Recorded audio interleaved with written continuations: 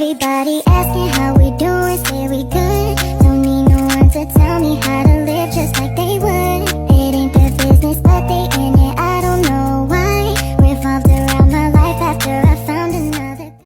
A. Pengertian modal kerja. Modal merupakan salah satu faktor utama yang dibutuhkan oleh perusahaan, karena tanpa adanya modal, perusahaan akan sulit untuk melakukan proses produksi. Modal kerja secara umum dapat diartikan sebagai kekayaan atau aktiva yang diperlukan oleh perusahaan untuk menyelenggarakan kegiatan sehari-hari yang sangat berputar dalam periode tertentu. Manajemen modal kerja dikatakan penting untuk dikelola oleh perusahaan karena disebabkan oleh 4 hal. Yang pertama, lebih dari 1/3 waktu manajer keuangan digunakan untuk mengelola aktiva lancar dan 1/4 waktu manajer keuangan digunakan untuk mengelola hutang lancar. Yang kedua, sekitar 40% modal perusahaan biasanya digunakan untuk investasi dalam aktiva lancar. Yang ketiga, modal kerja tidak mendapatkan pinjaman, terutama bagi perusahaan kecil. Yang keempat, terdapat hubungan antara pertumbuhan penjualan dan kebutuhan membiayai aktiva lancar. Jadi, modal kerja atau working capital adalah investasi perusahaan pada jangka pendek, kas, sekuritas yang mudah dipasarkan, piutang usaha, dan persediaan. B. Jenis-jenis modal kerja. Yang pertama, modal kerja permanen. Modal kerja jenis ini harus selalu ada pada perusahaan. Modal kerja ini ada 2, yaitu A. Modal kerja primer, yang merupakan modal kerja minimum yang harus ada pada perusahaan untuk menjamin kelangsungan kegiatan perusahaan. B. Modal kerja normal, yaitu sejumlah modal kerja yang dipergunakan untuk dapat menyelenggarakan kegiatan produksi pada kapasitas normal.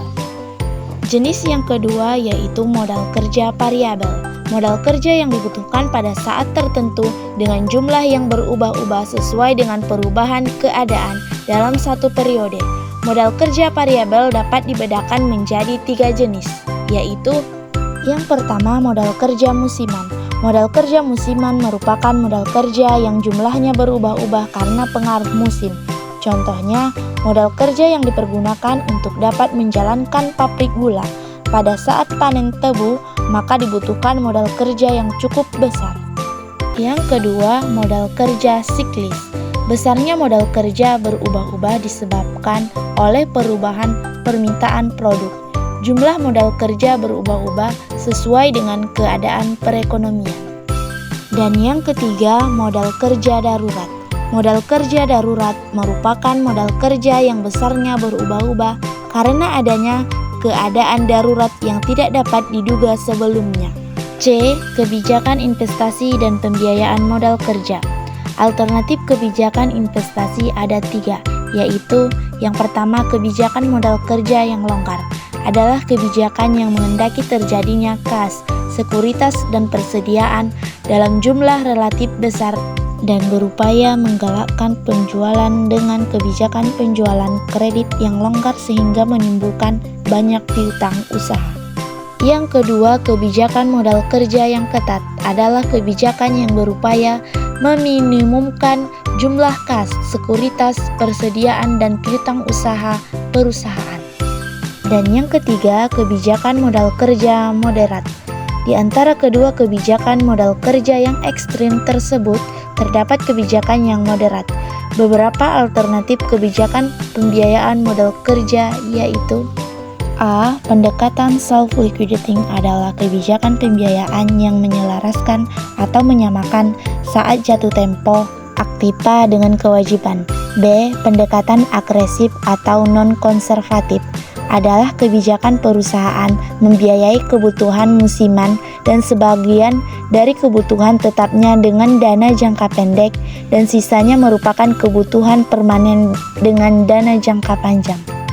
C. Pendekatan konservatif adalah kebijakan perusahaan membiayai semua proyek yang memerlukan dana dengan menggunakan dana jangka panjang, sedangkan pengeluaran yang mendesak atau darurat dan tidak diharapkan menggunakan dana jangka pendek. D. Konsep zero working capital. Penerapan zero working capital memerlukan sistem produksi dan informasi yang baik, sehingga manajemen dapat melakukan pengawasan secara komprehensif.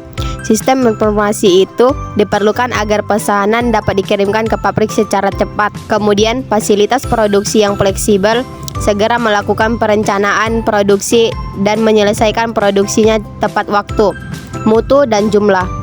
Persyaratan utama diterapkan zero working capital ini adalah staf mekanik harus standby untuk memperbaiki mesin jika terjadi kerusakan. Karena apabila mekanik tidak siap, akan terjadi penumpukan persediaan dan mengganggu arus produksi. Jadi, konsep zero working capital adalah pendekatan manajemen keuangan yang bertujuan untuk meningkatkan efisiensi dan profitabilitas perusahaan dengan mengurangi modal kerja hingga tingkat minimum.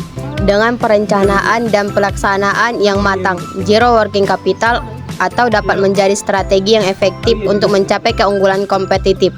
E. Keuntungan dan kerugian pembiayaan jangka pendek. Pembiayaan jangka pendek adalah sumber pendanaan yang harus dilunasi dalam jangka waktu kurang dari 1 tahun. Berikut adalah beberapa keuntungan dan kerugian pembiayaan jangka pendek. Keuntungannya: 1. Biaya lebih rendah. Suku bunga pembiayaan jangka pendek biasanya lebih rendah daripada suku bunga pembiayaan jangka panjang. Yang kedua, fleksibilitas. Pembiayaan jangka pendek lebih fleksibel daripada pembiayaan jangka panjang. Yang ketiga, proses lebih cepat. Proses pengajuan pembiayaan jangka pendek biasanya lebih cepat daripada proses pengajuan pembiayaan jangka panjang. Adapun kerugiannya ialah: yang pertama, risiko lebih tinggi. Pembiayaan jangka pendek memiliki risiko lebih tinggi daripada pembiayaan jangka panjang. Yang kedua, jumlah pinjaman lebih kecil. Jumlah pinjaman yang dapat Anda peroleh dari pembiayaan jangka pendek biasanya lebih kecil daripada jumlah pinjaman yang dapat Anda peroleh dari pembiayaan jangka panjang. Yang ketiga, tidak cocok untuk investasi jangka panjang. Pembiayaan jangka pendek tidak cocok untuk investasi jangka panjang